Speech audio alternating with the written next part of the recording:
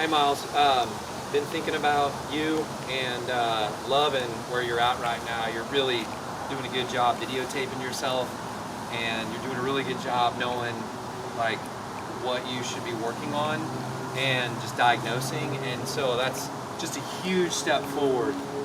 Knowing what to work on, knowing that it's not a feel thing, but it's a feel thing and a sight thing, something you're seeing and feeling. I'm really proud of you for doing that. You'll go a lot further. Your launch angle as a pitcher and your growth just changed by the way you can self-study.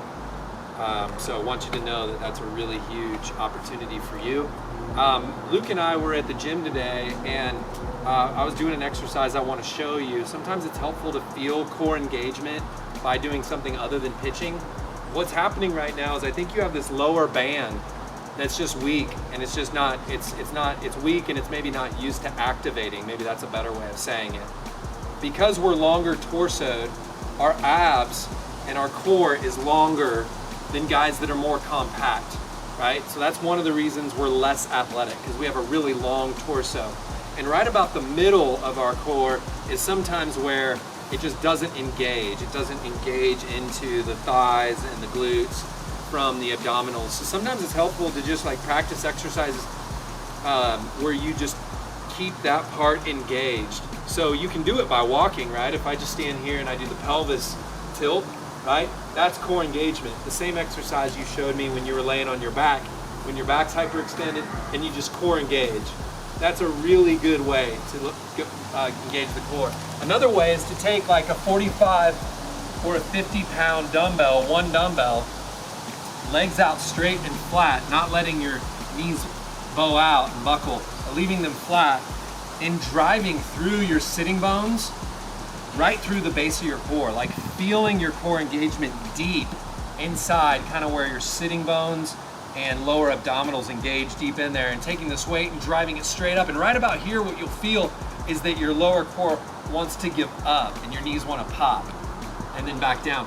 Keep your knees tight, your legs flat on the ground, keep this engaged and drive straight up and drive that pelvis tight and flat, and you'll feel that last section lock for you. So that's a way to practice this and kind of feel core engagement.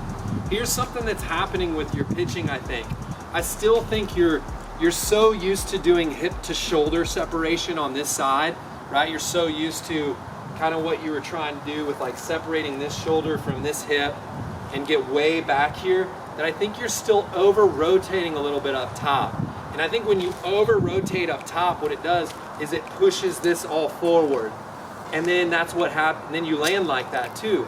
So remember that oftentimes when we see a problem, we have to reverse all the way back and say, where is that starting from? And I know you're doing a good job of that, but sometimes I fail to do that the right way. Sometimes I'm looking at you know, landing like this, and I'm thinking, oh, you know, I'm starting to diagnose the problem up here or back here.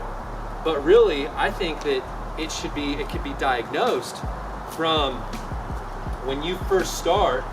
You're here, and then you're here, and you're reaching way out here, which when I reach way out, it kind of pushes this side forward. If you see this, if I'm here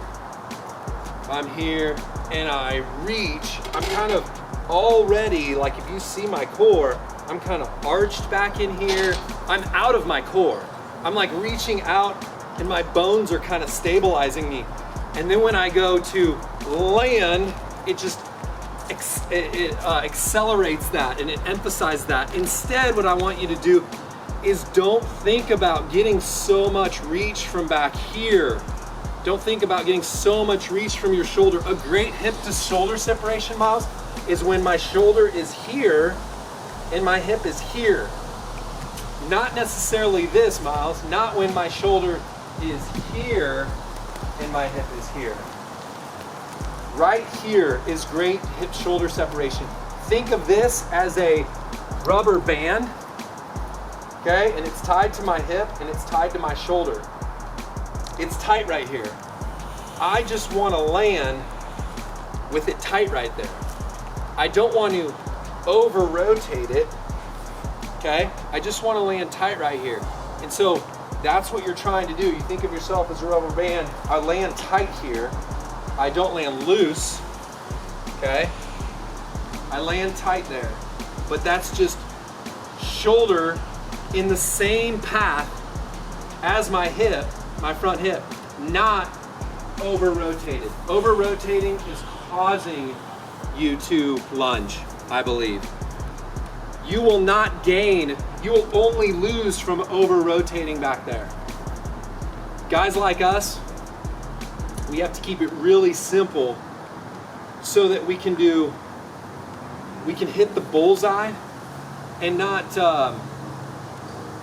try and hit something that's past the bullseye, a bullseye plus.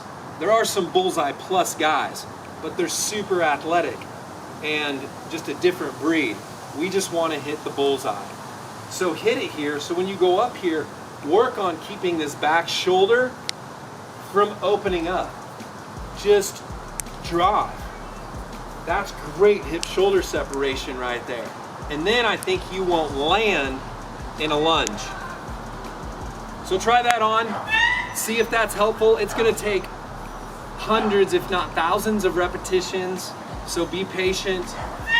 If you believe in this, then just tell yourself it's gonna take some time, a lot of repetition and self-discipline, and you'll get there. Love you, buddy.